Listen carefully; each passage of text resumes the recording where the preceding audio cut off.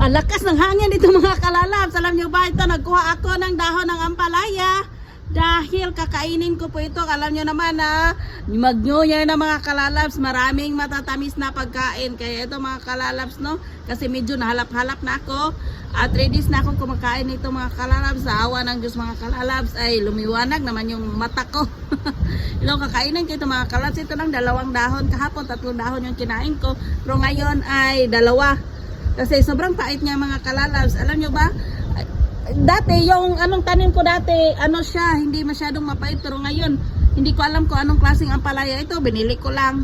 Alam naman natin maraming variety. Ang ampalaya kasi pag yung mga hindi masyadong green, hindi yung bunga niya ay hindi masyadong mapait, saka din yung dahon. Ito ay sobrang pait niya kasi green na green yung niya, yung bunga niya ba. Kaya mga kalalab.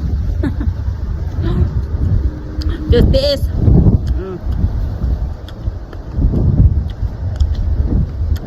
Pero ito, mawala naman pait ito pag meron tayong kagaya ng mga chicken.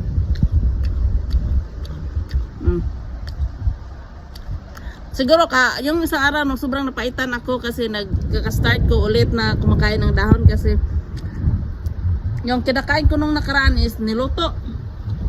Pero 3 days na, ika 3 days ngayon nang start ako na kumakain ulit ng ng dahon ng ampalaya. Makakatulong talaga siya mga kalalabs, effective talaga sa mga may diabetes dyan, na i-try nyo.